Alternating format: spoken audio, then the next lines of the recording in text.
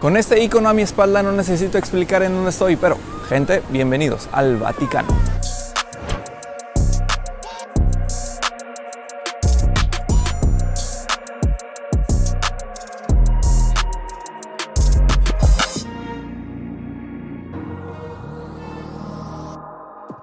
El tercer periodo a estudiar es el de la Iglesia Imperial. Este inicia con la legalización del cristianismo en el 313 y termina con la caída de Roma en el 476. Lleva este nombre porque es en este periodo que el cristianismo fue establecido como la religión oficial del imperio gracias al emperador Teodosio alrededor del 380.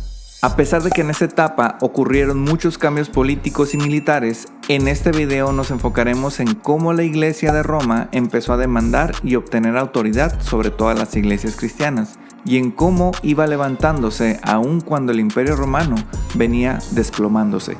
Una aclaración antes de seguir. Estos videos narran la historia de la Iglesia desde una perspectiva protestante. Si profesas la religión católica, tengo que avisarte que algunos de los acontecimientos en los siguientes periodos son oscuros y que algunas de las decisiones tomadas por la Iglesia fueron incorrectas. No son invención, ni mi intención es mencionarlas como una crítica, sino como parte de la narrativa histórica. A ver, en el 313 es cuando Constantino, el primer emperador cristiano, permite el cristianismo, vaya. En el 325 hubo un concilio, que es la reunión de dirigentes, diferentes líderes religiosos.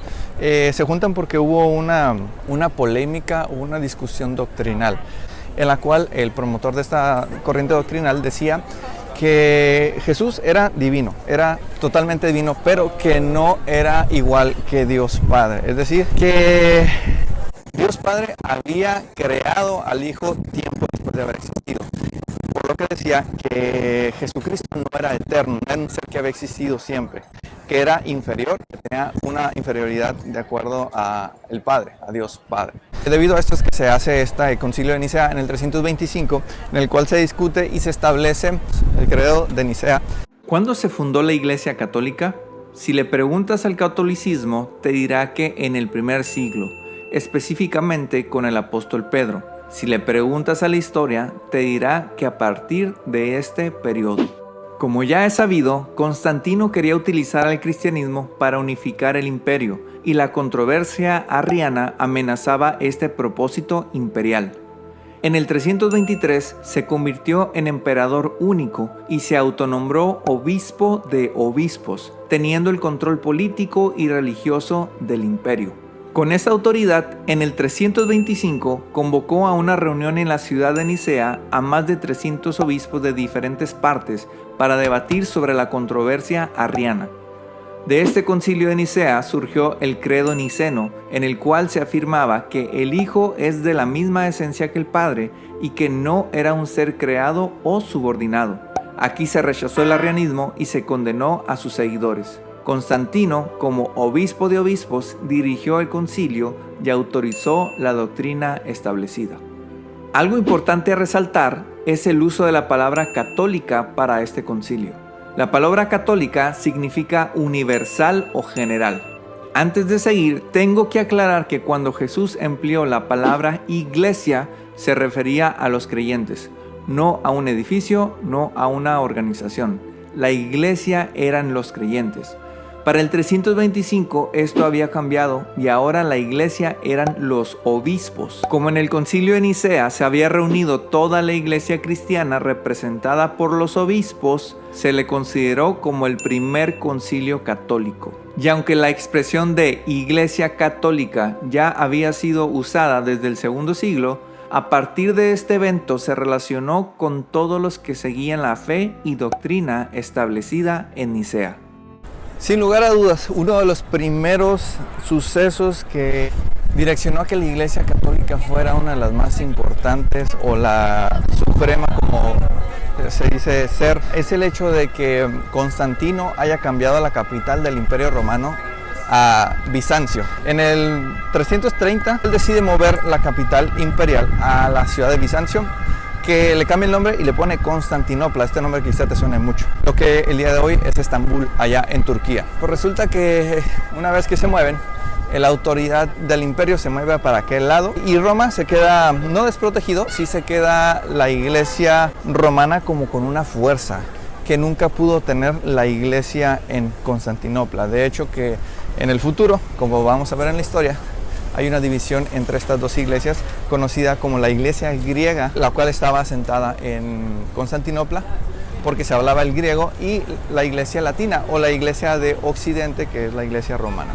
Desde el periodo de la iglesia perseguida, 4 iglesias venían peleando supremacía sobre el mundo cristiano: la iglesia de Alejandría, la de Jerusalén, la de Antioquía y por supuesto la de Roma. El territorio del Imperio Romano era amplio y la posición geográfica beneficiaba a la iglesia romana, pues era la única de fuerte influencia en Occidente. Mientras las otras peleaban por superioridad en el lado oriente, la de Roma no tenía rival. Punto para la iglesia de Roma. Además, se dice que en este conflicto entre iglesias buscaban el respaldo y la ayuda de la iglesia de Occidente, por lo que indirectamente otorgaban cierta autoridad y reconocían superioridad en la iglesia romana. Punto para la de Roma. Ya en el siglo IV, Constantino miraba muy endeble a Roma ante las invasiones bárbaras que amenazaban desde hace algunos años ya. Por esto, en el 330 mudó la capital imperial a Constantinopla, una ciudad protegida por la naturaleza, la cual era un punto de contacto entre Europa y Asia. Esta estrategia militar trajo beneficios a la iglesia de Roma, pues una vez se hizo el cambio de la capital imperial, esta empezó a ganar autoridad no solo en lo religioso, sino también en lo secular. Siendo obispo de obispos, Constantino levantó la iglesia en Constantinopla, pero esta estaba totalmente subordinada al imperio, era solo un departamento del Estado.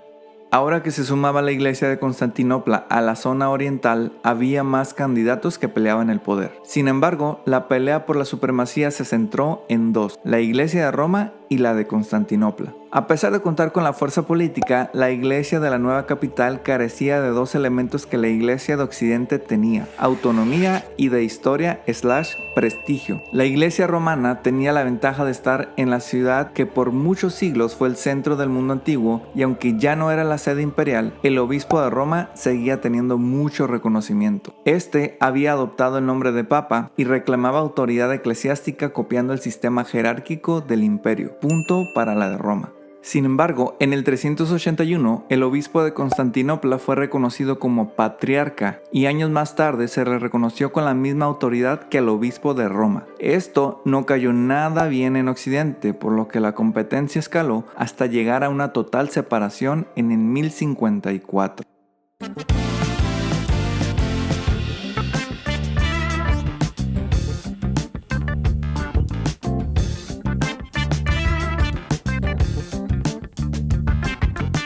Gente, hemos entrado al museo, hicimos más o menos como 1h30, 1h45 más o menos, yo creo, calculándole. La verdad no tomamos exactamente el tiempo, pero la cosa es que la entrada costó 17 euros por persona, y además con un audio guía que costó 7 euros la renta. Les recomiendo que traigan audífonos porque te los venden aparte, entonces es mejor traer ya tus audífonos y utilizarlos. Aparte que son de mejor calidad, que los que te dan aquí son bien chafitas. Y ya en el bullicio ya pierden mucho la calidad. Apenas hemos cruzado la zona de Egipto y la verdad lo que pudiera destacar del museo es que está muy elegante. Hemos estado ya en algunos museos y este de verdad muy nice. Pero otra vez el bofeo, mi amor.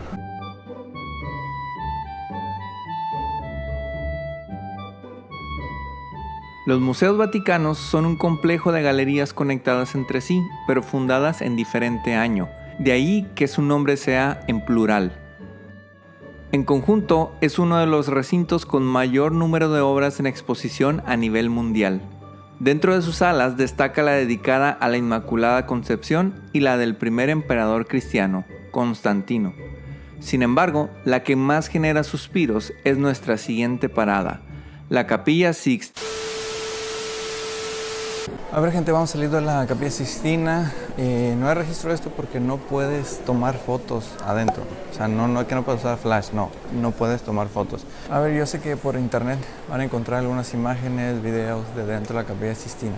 Fueron videos que fueron grabados digámoslo así, ilegalmente. Nosotros tenemos que respetar. Sería de muy mal ejemplo si yo les grabo algo desde el interior llevando un mensaje de cómo la iglesia ha ido encontrando errores y encontrando aciertos. Entonces, para no dar mal ejemplo, pues no grabé nada, aunque también está muy estricta la seguridad.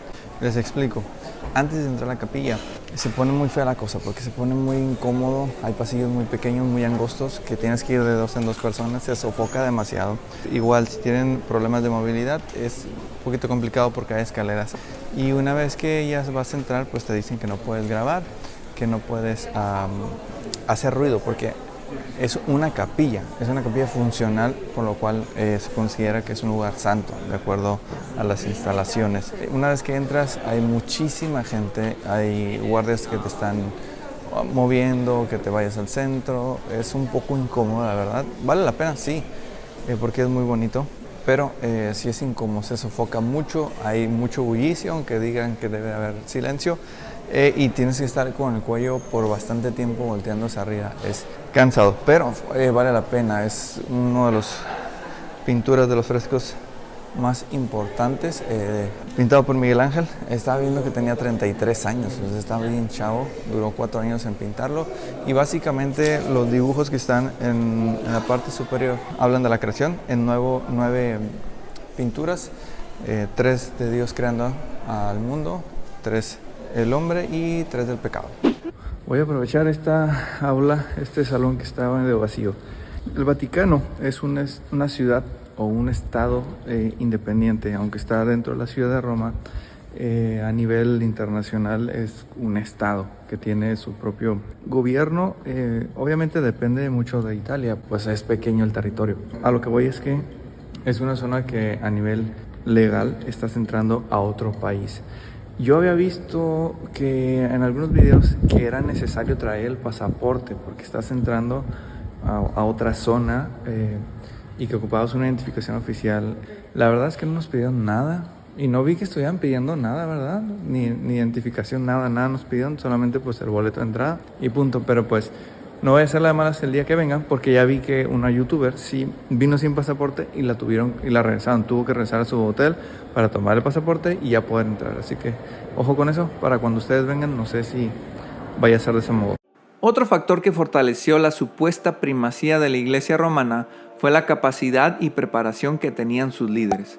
A lo largo de este periodo hubo debates sobre algunas controversias doctrinales con resoluciones que sentaron bases de la actual Iglesia Católica Romana. Hablar del tema sería extenso y para el propósito de este video basta mencionar que en estos debates los obispos romanos destacaron por su elocuencia y conocimiento, influyendo en las conclusiones alcanzadas. Este hecho le dio prestigio a la Iglesia occidental y fortaleció sus pretensiones de dominio. Sin embargo, la mayor reclamación de supremacía llegó con el obispo Inocencio y con el obispo León, quienes decían que la Iglesia de Roma había sido fundada por 2 de los más grandes apóstoles, Pedro y Pablo. León utilizó algunos versículos bíblicos para fundamentar que Jesús había puesto a Pedro sobre todos los apóstoles y como líder de toda la iglesia cristiana. Surgió la tradición de que Pedro fue el primer obispo de Roma. Como obispo, Pedro debería haber sido papa. Se suponía que en el primer siglo el título de obispo significaba lo mismo que en el siglo IV, un gobernante sobre el clero y la iglesia. Por tanto, Pedro, como el principal de los apóstoles, debe haber poseído autoridad sobre toda la iglesia. Se decía que esta autoridad de Pedro había sido transferida a todos los obispos de la iglesia de Roma en una sucesión apostólica, marcando superioridad sobre todas las demás iglesias. Estos son los argumentos que sigue teniendo la Iglesia Católica Apostólica Romana para mantener la pretensión de primacía. El protestantismo difiere sobre esta postura y básicamente este es uno de los muchos conflictos que existen entre católicos y protestantes. Gente, antes que nada una disculpa por el desfase de tiempo. Sé que quizá después de este segmento de video va a haber un video de día, pero es que las cosas no están tan cercas como para hacer todo en orden cronológico de acuerdo a la historia de la iglesia. Bueno, aclarado esto, estoy en un lugar que Es un poco controversial. Resulta que estoy en la cárcel mamertina. En la cárcel mamertina se dice que estuvo, de acuerdo a la tradición, el apóstol Pablo y el apóstol Pedro. Y esto lo pongo en paréntesis de nota aclaratoria. A ver, sabemos que de acuerdo a la Biblia, el apóstol Pablo realmente estuvo en Roma. Sabemos que estuvo preso. ¿Cuál es el problema? Y regreso al asterisco con nota aclaratoria. Se dice que acá también estuvo Pedro, el apóstol Pedro. La cosa es que bíblicamente no hay una evidencia de que Pedro haya estado aquí en Roma. Solamente hay una referencia. Esta referencia se encuentra en 1 de Pedro 5:13, en donde el apóstol hace mención de su presencia en Babilonia. Algunos protestantes argumentan que Pedro se refiere a Babilonia de manera literal, mientras que el catolicismo defiende que es una referencia a Roma, pues era un apodo con el que se le conocía a esta ciudad. Y ojo con esto, la traducción al lenguaje actual, o TLA, da por sentado que Pedro habla de Roma. Cabe aclarar que, aunque esta referencia es ambigua, la tradición escrita sí pone a Pedro en la ciudad de Roma. Sin embargo, no hay elementos para afirmar que Pedro fue obispo por 25 años en esta ciudad, ni que fue puesto como autoridad sobre todo el cristianismo. Les digo, la evidencia bíblica no puede sustentar que Pedro estuvo acá. Tú pudieras decir como que, ok, no hay problema, que sí dicen que estuvo Pedro. Bueno, el gran caos acá es que la Iglesia Católica Romana está fundamentada en que Pedro estuvo en Roma, porque ellos dicen que Pedro fue el primer obispo acá de Roma y por lo tanto ha sido el primer papa. A ver, yo no tenía planes de entrar a la cárcel, llegamos tarde, pero no tenía planes de entrar. Una, porque chequé las como calificaciones, decían que pues X no tienen gran cosa que mostrar, sencillamente es una cavidad de piedra y no tienen algunas cosas en exhibición, pero muy pequeñas. En pocas palabras, no vale la pena entrar. Y la verdad es que cobran alrededor de, no cobran tan caro, cobran como unos 12 euros. Pero, ¿quién me puede asegurar que Pablo estuvo aquí?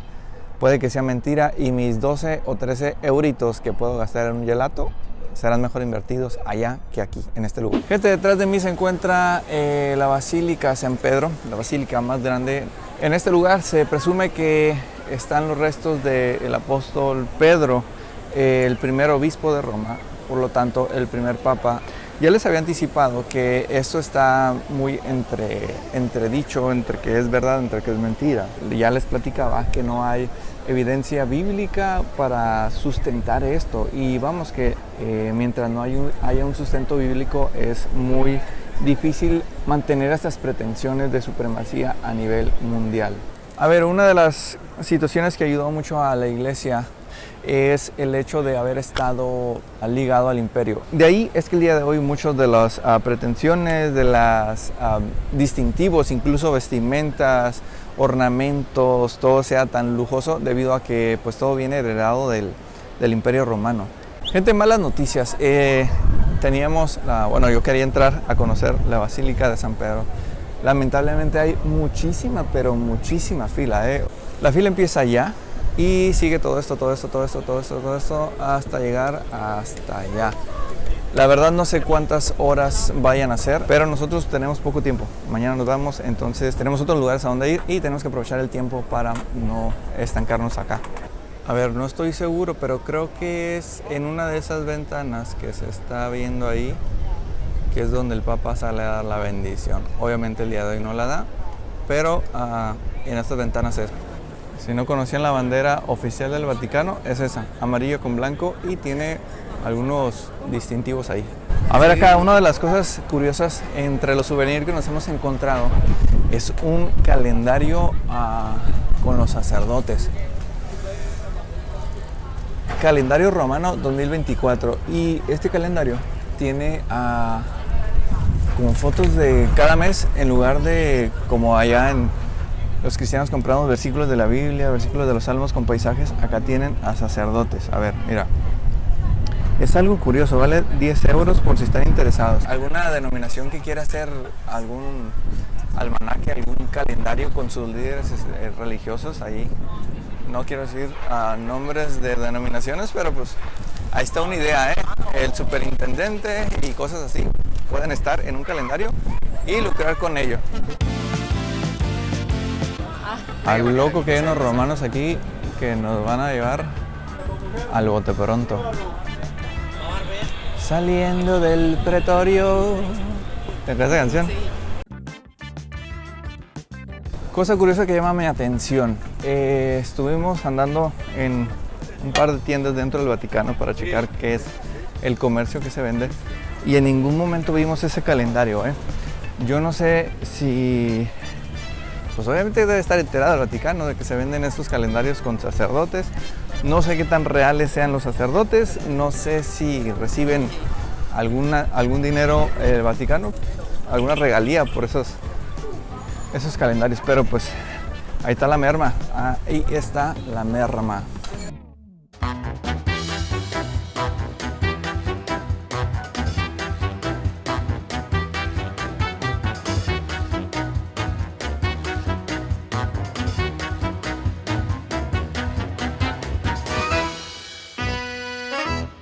A ver, gente, hemos llegado a comer a un lugar y vamos a empezar a practicar algo que he llamado la dieta protestante. Rápidamente, en las diferentes religiones hay ciertas limitantes en cuanto a comida. Vemos cómo los judíos tienen prohibiciones en cuanto a los alimentos, a lo que se le conoce como la dieta kosher. Si tú vas a un mercado o a un restaurante y dice que es kosher, es que ese alimento puede ser consumido por un judío. Al igual los practicantes del Islam, los musulmanes tienen la dieta halal, que es igual que la kosher, pero en la religión musulmana, ¿no? Si tú ves un letrero que dice halal, es alimento que pueden consumir los musulmanes. Y también hay otras religiones que tienen algunas prohibiciones, como los mormones, que no pueden tomar café, los testigos de Jehová creo que también. El cristiano tiene prohibición muy poca. En realidad hay dos prohibiciones muy claras. Número uno, la sangre. No se puede consumir sangre en ninguna presentación, y esto está escrito en el Antiguo Testamento y en el Nuevo Testamento. En el Antiguo Testamento lo encontramos una vez que Noé baja del arca. Dios le dice puedes comer de todo animal, sin embargo no puedes comer la sangre. En el Nuevo Testamento lo encontramos en el Concilio de Jerusalén, allá en Hechos 15, en el cual se dice que no se puede comer nada de sangre ni nada de sacrificado a los ídolos, que es otra de las prohibiciones que tenemos. Pero de ahí en fuera se puede comer todo. Así que nosotros podemos comer de todo, exceptuando sangre y exceptuando las cosas sacrificadas a los ídolos. Y pues ahorita, a ver, es un lugar que tiene calificación de 5 estrellas, se ve elegante y de verdad que aquí a Roma sí venimos con la intención de tragar a lo loco y poner a prueba la dieta protestante. Bienvenidos a nuestro segundo concilio virtual. Considerando que prácticamente no hay limitantes en la alimentación de los cristianos protestantes, lanzo esta pregunta. ¿Deberíamos seguir una dieta voluntariamente para el cuidado de nuestro cuerpo, el templo del Espíritu Santo? Espero sus respuestas respetuosas allá abajo en los comentarios. Seguimos. A ver, gente, ya salimos del restaurante. La pizza estaba muy buena, sabor muy fresco al tomate y todas esas cosas. De verdad se ve muy diferente. Súper delgada, súper delgada, que se te dobla. Lo único, la ensalada, la especie de lechuga que consumimos estaba un poquito amarguita. Era lo único, pero pues son sabores diferentes. No esperamos que sea igual que en nuestra localidad. Pero ojo, que la ensalada decía que tenía carne y se miraba cruda. Le pregunté al mesero y efectivamente la carne era carne cruda. Entonces, ojo con eso cuando vayamos a comer en un lugar, porque les digo, la sangre no está permitida. Después del cambio de capital, el imperio se había dividido en zona occidental y en zona oriental. Aunque la sede imperial estaba en Oriente, había representación imperial en Occidente. Sin embargo, la presión de los bárbaros fue demasiada y el imperio perdió control de Occidente, cayendo en el 476. Roma tenía nuevos conquistadores y aunque parecía una mala noticia para la iglesia romana, fue todo lo contrario. Algunas de las tribus conquistadoras habían sido alcanzadas por el cristianismo de Arrio en una expansión misionera a mediados del siglo IV. Solo fue cuestión de corregir la doctrina en los invasores para llevar la fiesta en paz. Con esto, la iglesia de Roma quedaba completamente libre de cualquier influencia del imperio y contaba con el favor de una nueva alianza que le ofrecía protección militar y ayuda para la obtención de territorios. Así, el obispo de Roma elevaba su prestigio y poder en Occidente, anulando las pretensiones de cualquier otro obispo. Para este entonces, las diferencias entre la iglesia primitiva y la iglesia imperial ya eran consistentes. La Biblia utilizada era una traducción al latín realizada por Jerónimo a finales del siglo IV, conocida como Vulgata. Las iglesias perdían su carácter de soberanía y juraban lealtad a la de Roma, generando una jerarquía. Ahora había un líder que guiaba y lideraba a todas las iglesias, y la salvación provenía a través de la Iglesia Católica mediante la administración de los sacramentos. Llegar a Toledo es muy sencillo. Desde Madrid hay que tomar un tren. A ver, hemos entrado a una tienda de armas que la verdad hay muchísimas aquí. Esta es la iglesia, en cuanto a arte se refiere, la segunda más rica. Gente, hemos llegado a una mezquita. Una de las curiosidades de esta mezquita es que está Jesús crucificado. Gente, hemos entrado a la sinagoga de Santa María la Blanca.